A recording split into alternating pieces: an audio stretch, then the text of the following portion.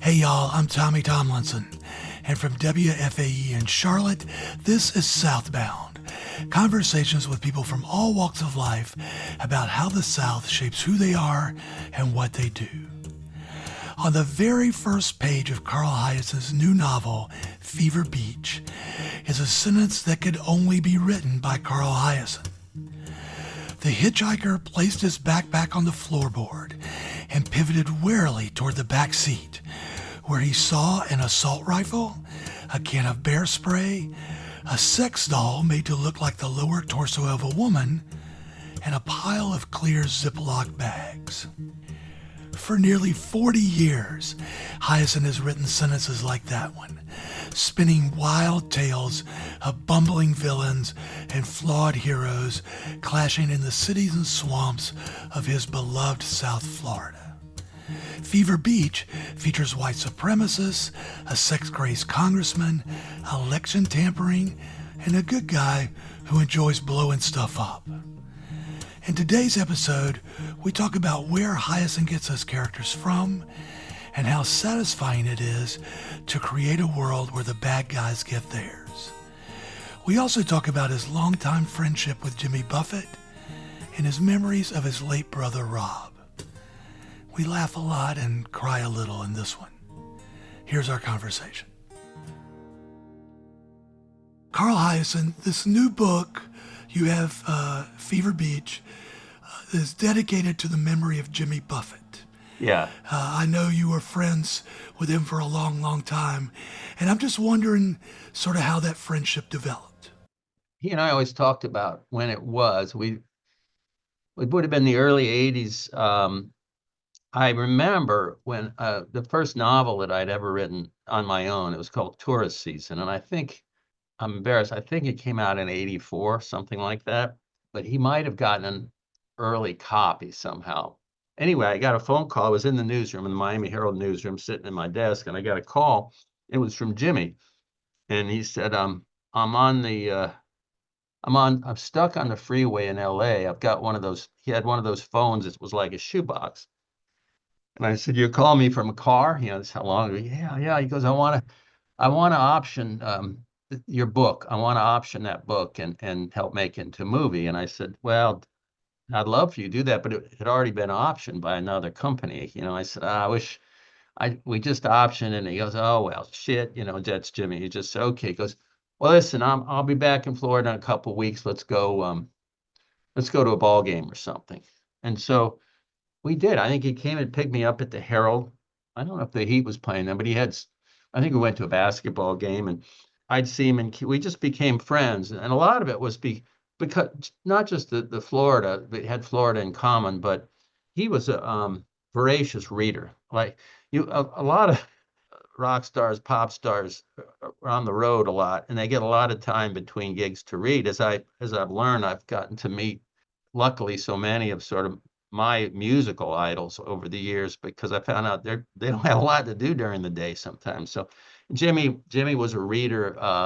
Mark Twain. It was all. I mean, he could talk about anything like that. And of course, there was Key West. So I think it would have been, oh man, 84. So we're talking about close to 40 years that I knew him. We had these annual fishing trips. I remember one time I was living in the Keys and he called me up and he said, I'm in Key West. I want to do some fish. I was in Isla Mirada, which is a little bit farther up the road. And he said, I want to do some fishing. I want to go permit fishing. And I had a skiff. And he said, if I came up tomorrow, do you have any spots? I said, yeah. So he came up, and at that time he always was flying solo. Then he had a seaplane. He landed it somewhere, and we went fishing for the day. And I took him back to his plane, and he's back, motors off into the sunset into Key West. That was his. This was going back a long ways. And I have a picture of us. I don't have it with me, but it was some. I mean, we were young. It was just such a funny picture. But so we've been close for a long time. We did. There were a group of us that would go down to the Bahamas every year and go bone fishing, and Jimmy would be the ringleader of that. And and towards as he got more successful, the fleet became larger. we would joke about the Navy and the Air Force arriving because there'd be more than one boat, more than one plane. Yeah, and, he just he lived his songs, man. He was all about fun. We're all kind of mashups of everyone we meet, and writers especially, learn a little bit and steal a little bit from everybody they read or consume or whatever. Do you feel like you learn particular things about storytelling from him? I writing novels is so different than writing songs, and I don't know whether I learned it, but one thing we definitely had in common is if we were having a conversation like you and I are, or anything else, or we were sitting in a bar having a conversation, and he'd pick up, we're eavesdroppers, writers are eavesdroppers, and you hear somebody say something, and you don't want to say anything aloud, but you file it away, and the lady you say, yeah, I got to use that line. And in Jimmy's case, it wasn't just the line. He'd say, that's a song title. So, and I'll give you an example on the last album. I think I was just starting to work on Fever Beach, and on his last album, and he was ill, and it was a struggle, and he had ups and downs, but he when he put the pedal down to finish an album, you finish an album. And I remember we were joking on the phone one day, and I said to him, because he's a fisherman like me and a fly fisherman. I said, I'm gonna send you some fish porn. And among fishermen, that just means somebody catches a big fish, and guys are guys, and they have to pose with the fish. You have to hold the fish and take a picture. And they said that to all their friends, and we call it fish porn. And Jimmy hadn't heard that phrase. He goes, fish porn. I said, yeah, you know that. And he goes, we're going to write that song. And next thing I know, he's sending me lyrics, and he's sending Mac McAnally lyric, and Mac's doing guitar riffs. The next thing, Jimmy and I are just trading lines on this, and it turns out, and then it's a song on the album. Next thing I know, that's the way he was. He could pick up, like all great writers. He heard something, go, oh no, I'm stealing that. Fish porn on his brain. From down in Marathon up to the coast of Maine. So Carl, this new book, Fever Beach, features an old character who I know was in at least one of your books and maybe others. This guy, Twilly Spree. Yeah. He's sort of I don't know, eco-terrorist with a heart of gold, I guess. He ruins the lives of developers and litterers and other bad guys of various types. What made you decide to bring him back? I liked him. He was in a book called Sick Puppy. Yeah. And he was in there along with one of my favorite old characters, Skink, who was this old governor of Florida who just went off the rails, ex-governor of Florida. And but Twilly was different. I liked him because, he appeared in one of my kids' books too, and I think it was Scat, because I like the idea of he has very deep pockets. He inherited a lot of money from a grandfather who wasn't kind to the earth, wasn't kind to the planet, and had gotten the money from mining and development and things that Twilly had seen growing up his whole life that had bothered him as a Florida kid.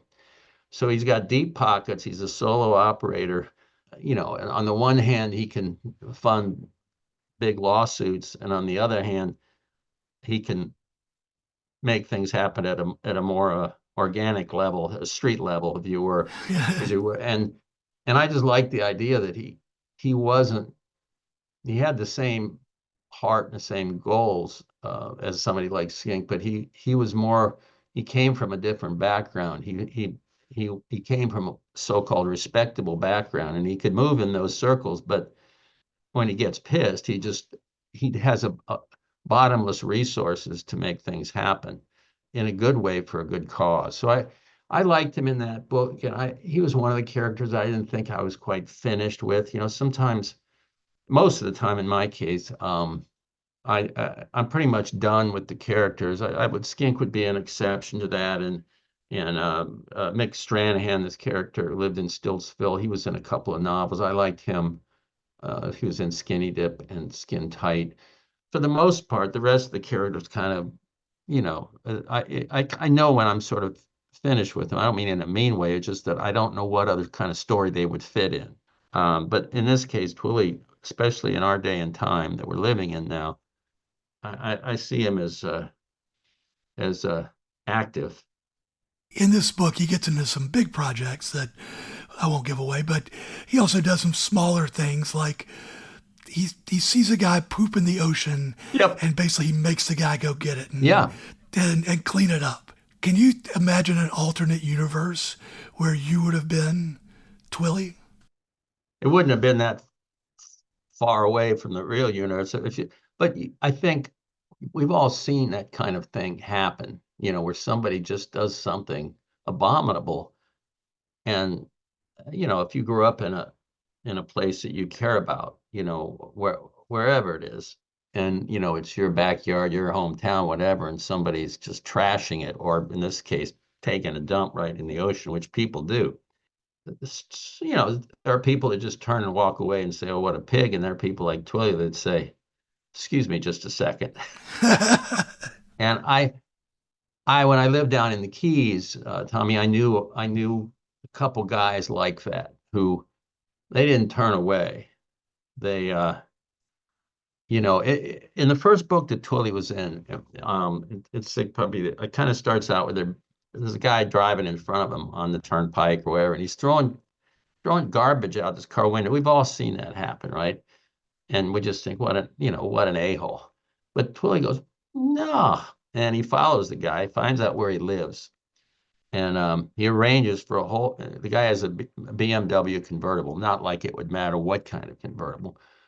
He's a lobbyist. We don't know that yet. We just know he's a jerk. And so Twilly he finds the house, he arranges for a whole dumpster, dirty, filthy, full, overflowing dumpster in Fort Lauderdale to be emptied into the guy's BMW, and leaves it at that. That's his comment on the whole thing. If you want to be a litter bug, I'll show you how to litter. See, that's the kind of thing. And I had one friend in particular in the Keys is no longer with us. He didn't let anything slide. If he saw something, I just didn't let it slide. And there was a time, and he's gone, so I can tell this story, but there was a time when he saw somebody, he's driving on US Highway 1 in the Keys, and he saw somebody throwing stuff. And it was either a rental, they were heading northbound out on a Friday, and they were just clearly not from the Keys, and they didn't care. And he saw it, and he got incredibly pissed. And so he got in his pickup truck, and he followed them. They pulled into a restaurant somewhere in North Key Largo. All the Tourons pile out of the car, and they go in there, and he gets a good look at him. And I said, afterwards, he said, I took care of it. I said, dude, what did you do? He goes, let's just say that their car left the keys on a flatbed. That's all he would tell me. And I said, okay, that I can get behind that. So there are a lot of bad guys in this book. Most of them are white supremacists. Mm-hmm. And your main bad guy, a guy named Dale Figo, is dumb as a sack of hammers. But he is financially backed, at least indirectly, by some very wealthy people who are just as vile. And I guess the question I want to ask you is, how close are you to writing nonfiction here? Well, I think when you do satire, obviously you're trying to ratchet up a click or two.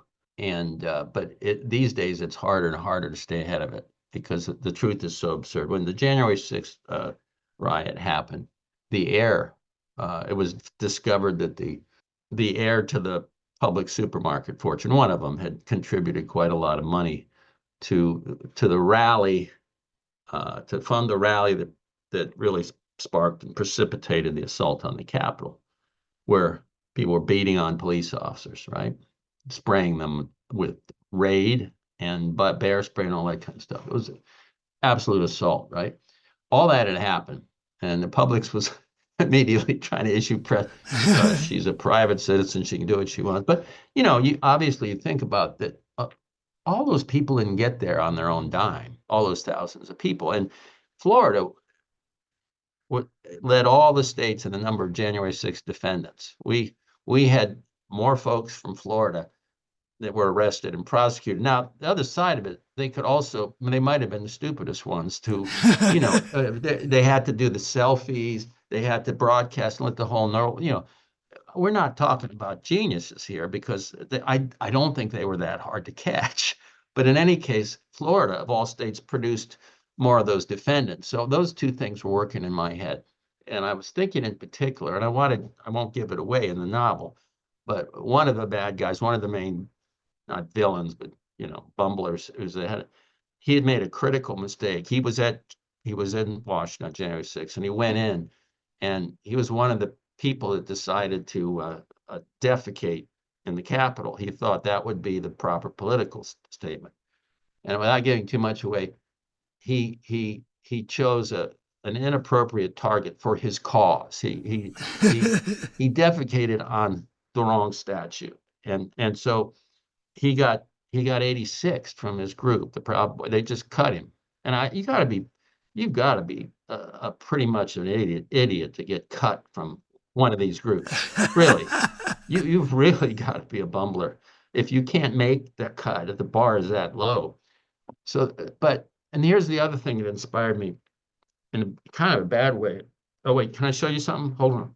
This is true. I woke up one morning, and this was in my driveway, and I won't share all of it with you. There's rice. Could you just, you don't have to read the words, but could you just describe for listeners, people who listen to audio, what you've got? Yeah, it's there's rice that it's a baggie, and it's rice that holds it down so the wind doesn't blow it away. And in it's an anti-Semitic message, all about the title, which I used in the novel, which I don't mind saying, is every single aspect of the COVID agenda is Jewish.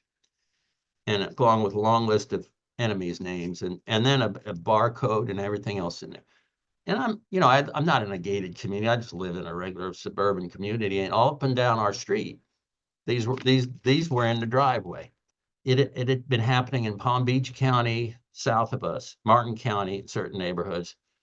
And all I could think, well, you're right, or what you think about it, is somewhere there's two knuckleheads in an apartment stuffing these things, these hate messages. They're getting in a car, truck, or whatever. And one of them's driving, the other one's throwing them out the window into driveways. For what purpose? Is it changing anybody's mind? Is it doing anything but making you wonder, who are these idiots? It was happening in South Florida, and they hadn't caught him at this point. When I started the book, they hadn't caught these guys. And when they did catch him, this is gonna be a shocker. It was two boneheaded young white guys in a pickup truck. I know. Who would have thought? And they had also been implicated in a couple other, what I would consider to be hate crimes, and what the legislature has now changed to make hate crimes in Florida. But at the time, it was just like littering. I'm not lying. You could write anything you want, throw it, say, it's just littering. Hitler is great. Okay, leave that. But in any case, all I could think about was as a writer, is the scene. Where do they live? Where do they get the baggies wholesale? Who fills them? And in the book, I have them filling them with beach sand because it's free. It's cheaper than going and buying rice at the grocery store. And then how do you decide where to distribute this? All these things, somebody came up with this stupid idea, and it was offensive. It was making the local news stations, they were, some of them said different things, but it was basically the same theme pretty much. I had to, once I got that in the driveway, I knew I was going to write about it somehow, or I was going to, run with it. But again, how far ahead of real life are you?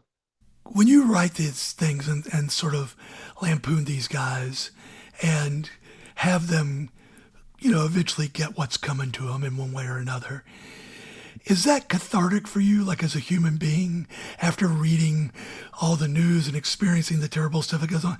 Do you get a little sense of relief from having done that? Oh, absolutely. It's not it's not a complete relief because the headlines keep haunting us every day. But when you create these characters, but it's in a world that's not too far distant from what we're going through right now. And if you can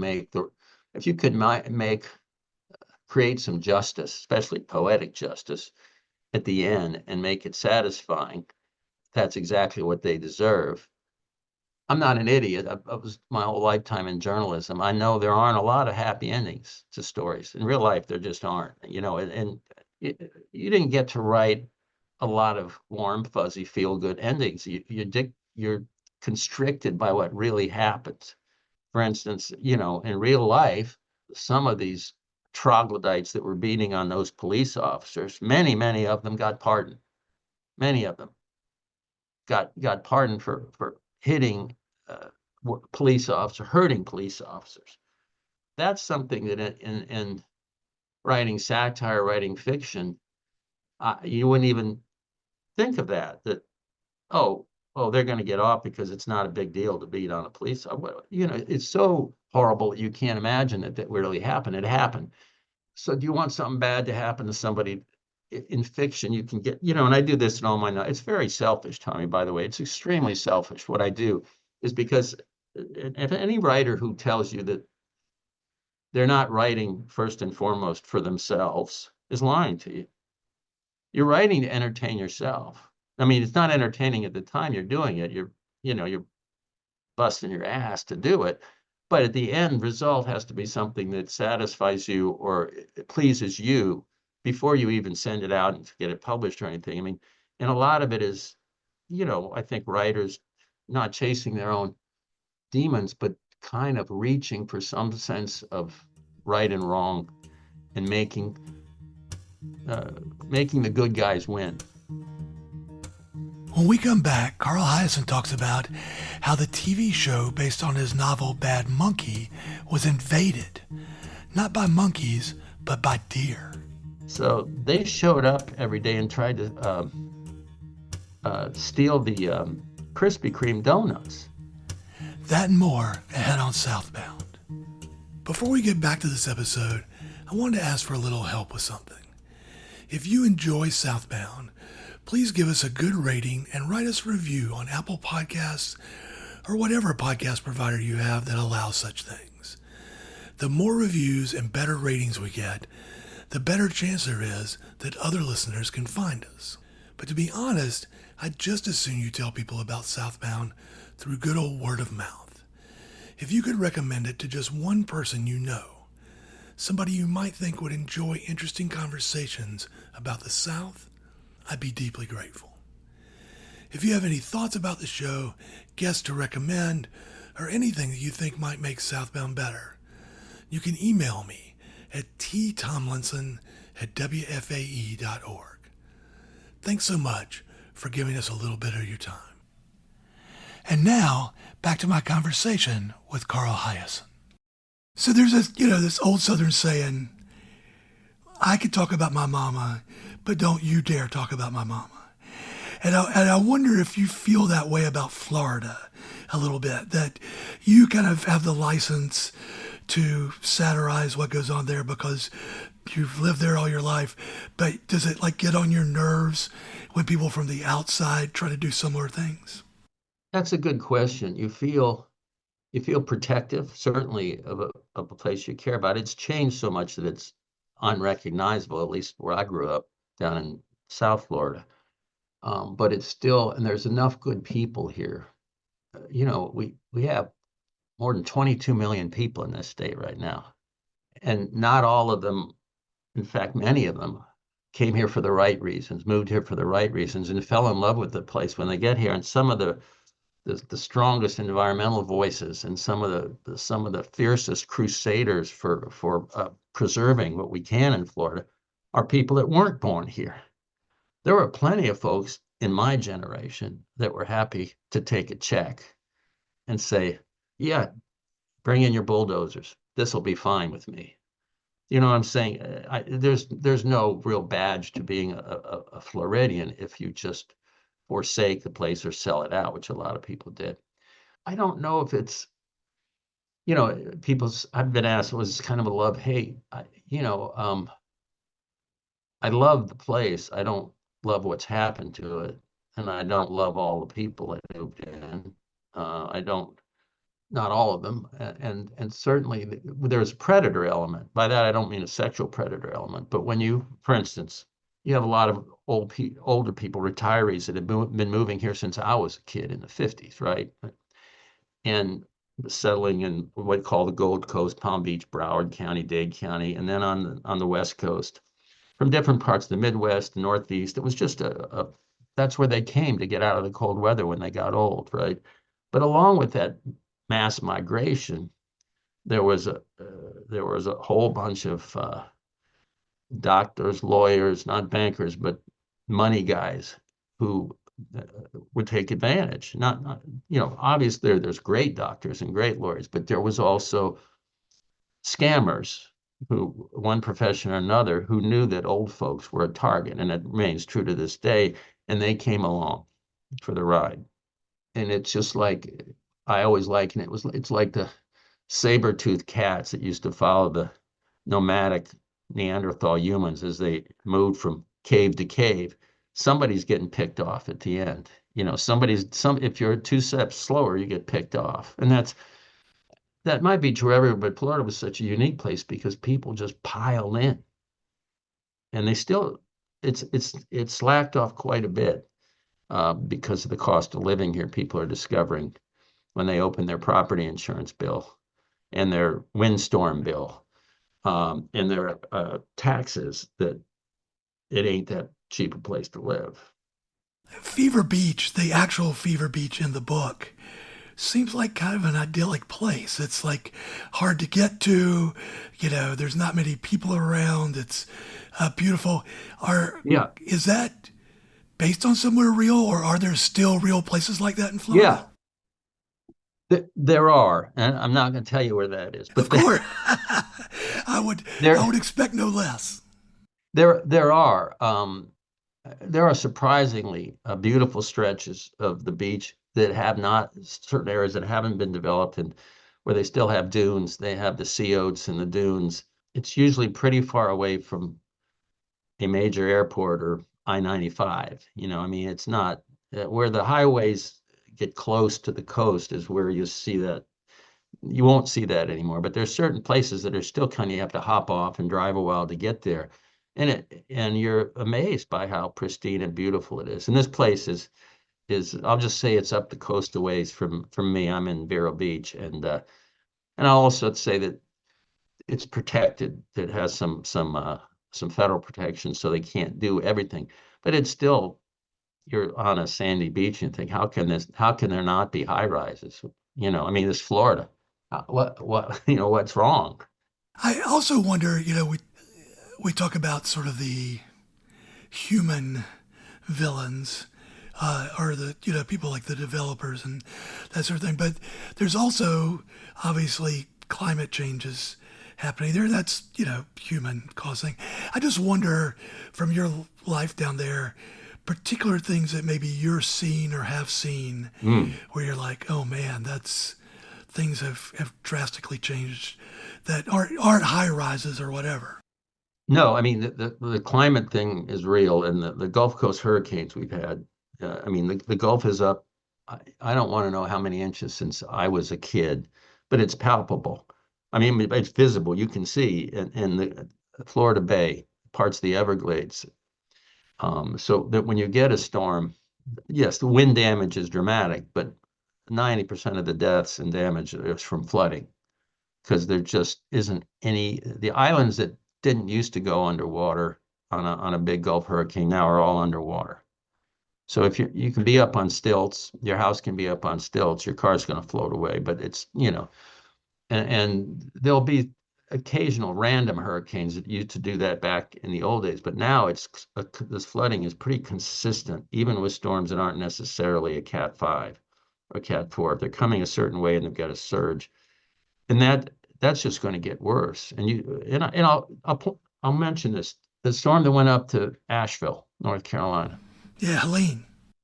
Unbelievable how much water that was carrying, because the Gulf, the temperatures in the Gulf and in the Southern Atlantic and coming out of the Caribbean now in the summer times are the water temperature is much warmer, and that's the gasoline fuel to a hurricane is warm surface water.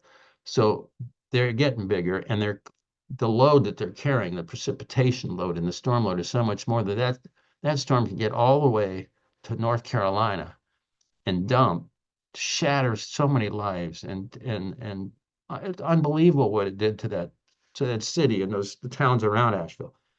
That's a real deal. That is not made up liberal climate science. You know, this is what's being produced now because of the warmer ocean temperatures and the warmer temperatures in the Gulf of Mexico. Do you remember that big body of water? Yes, I've heard about it. Yeah, Is that Gulf of- that what it's called? That's Because I've heard different things. yeah, that's what it's called. I want to ask a couple of questions about Bad Monkey because the TV series came out last year. I watched that and enjoyed it. I read the book and enjoyed it, but maybe several years apart. So I don't really know how well they match up with each other. And I'm wondering, first of all, if you enjoyed it and whether you thought it kind of captured your vibe. I thought it did. They did have a lot of several of the same plot lines. The thing I did enjoy it was about my novels are so difficult to put in a film format. It's 90 minutes or 110 minutes, and I've got so many plot lines, so many different characters. It's a very hard thing, and it's very hard to get the narrative tone of that kind of humor right. But over the course of 10 seasons of a streaming series, you can develop the characters, and they stuck pretty close. There were a couple scenes that were that were in the book. Bill Lawrence, of course, is a genius. He did Ted Lasso and Shrinking and Scrubs, and I trust him completely. There were a couple scenes because Apple TV is doing it, and there were a couple scenes in the monkey was worse in the book than he was on the screen. He did a couple really bad things in the book, but they were to really bad people. Right. Let me just say, there was a scene that I really liked in the book, and it was handled very tastefully, as all these scenes are in my novels. But the monkey bites a bad guy in a very bad place and hangs on for a little while. And there was a way to choreograph that I thought would have been beautiful and Bill said, Apple ain't gonna let us do that. And some of the characters that were at the end of the novel and sort of ended theirs because they're doing a second season. So some of those characters didn't end up in the same place at the end of the series that they did in the novel, right? Oh, so there's going to be a second season of this? Yeah. Oh, wow. Yeah. Good.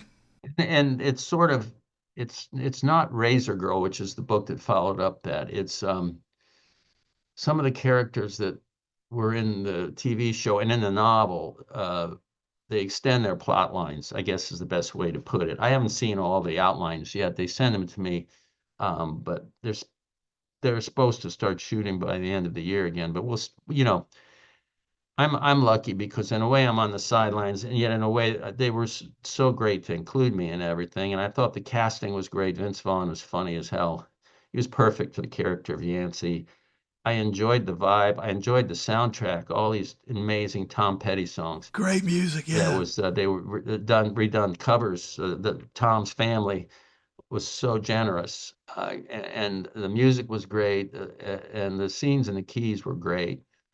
So I enjoyed it. I mean, I have to say, I go into these things with the most modest of expectations. My wife and I, we had an opportunity to see it all ahead of time before.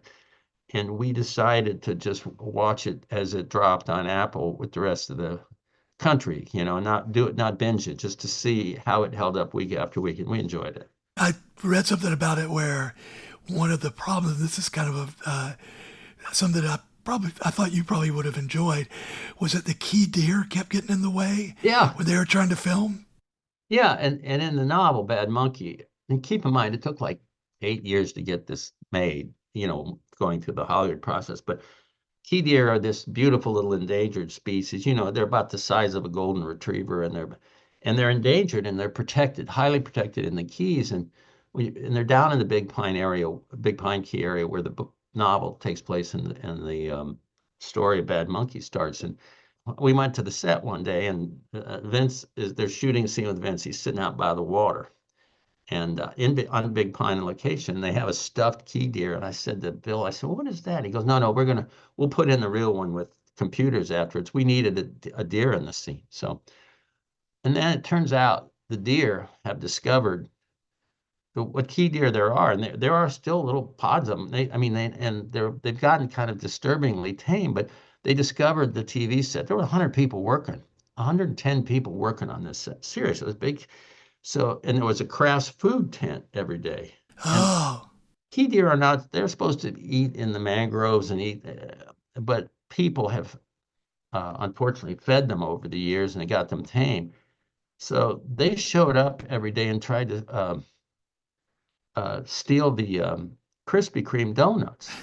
So they had to put a guy, which aren't good for them at all, by the way. Not that they're good for you and me, but they're not really good for you. Right. And so they had to put people around the Kraft's tent every day to keep the key deer, which are endangered, from overrunning the set just for a bite of Krispy Kreme donut. It was just classic. I said, you've got to be, this is, because I really hyped up the deer. I'd said, these are such cool, you can wait till you see one, you'll see one. And then they said, oh God, see them. They're here every day. We can't get rid of them. Carl, we're getting kind of close to the end here. I'm wrapping up a little bit. Do you mind if I ask you about your brother, Rob? No, no. So for listeners who may have forgotten this or didn't know, he was one of 5 people killed in the shooting at the Capitol newspaper in Annapolis back in 2018. Yeah. I wanted to ask you this kind of selfishly, I guess. We've lost somebody in our family fairly recently, and I've been thinking a lot about memory and what sticks and what doesn't. What stays and what fades. And I know it's been, I guess, almost 7 years for you and your brother. And I'm wondering, what if his memory lingers with you? What do you think about when you think about him? Well,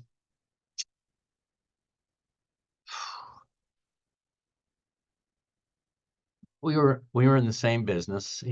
Rob was 6 years younger, but he went into journalism, and he worked at the Baltimore Sun and then at the for years, and then at the Annapolis the Palm Beach Post. But when we talked, we emailed a bit. We didn't talk as like every week or anything. He was busy, I was busy. But what I remember is his humor and his laughter, and if something happened, we both would have the same reaction. He had he was a wonderful writer, I have to say, and he wrote a column up there as well as edited for the paper. But it would be like the stuff about the newspaper business or politics. And this is those are the good memories of when I hear his laughter. I still can't look at his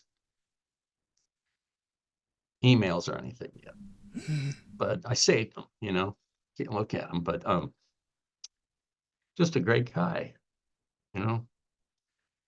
It's hard to believe it's been that long, but it has. Yeah, he was just the best. And the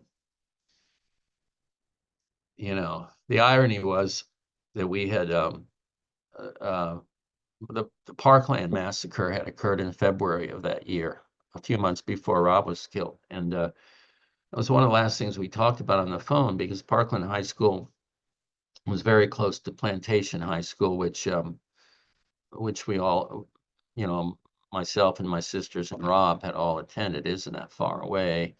So we felt it was very close to home what had happened.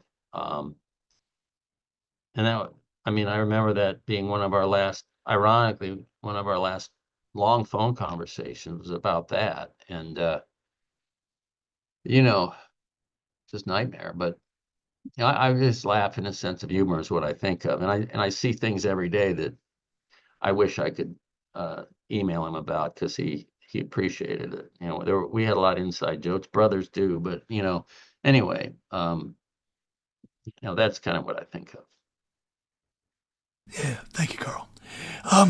One last thing. So about a year ago, I did one of these with James Lee Burke. Yeah. Do you know him, by the way, at all? I've met him. I don't know him well. I met him, yeah. Yeah. And I asked him, he's, I guess, well into his 80s by now, older than us. And I asked him, I said, have you thought about how you might end the Dave Robichaux series? And he got kind of huffy with me a little bit. And he's like, it's not going to end. It's never going to end. And he talked about how he was never going to retire. He was going to keep going forever and that sort of thing.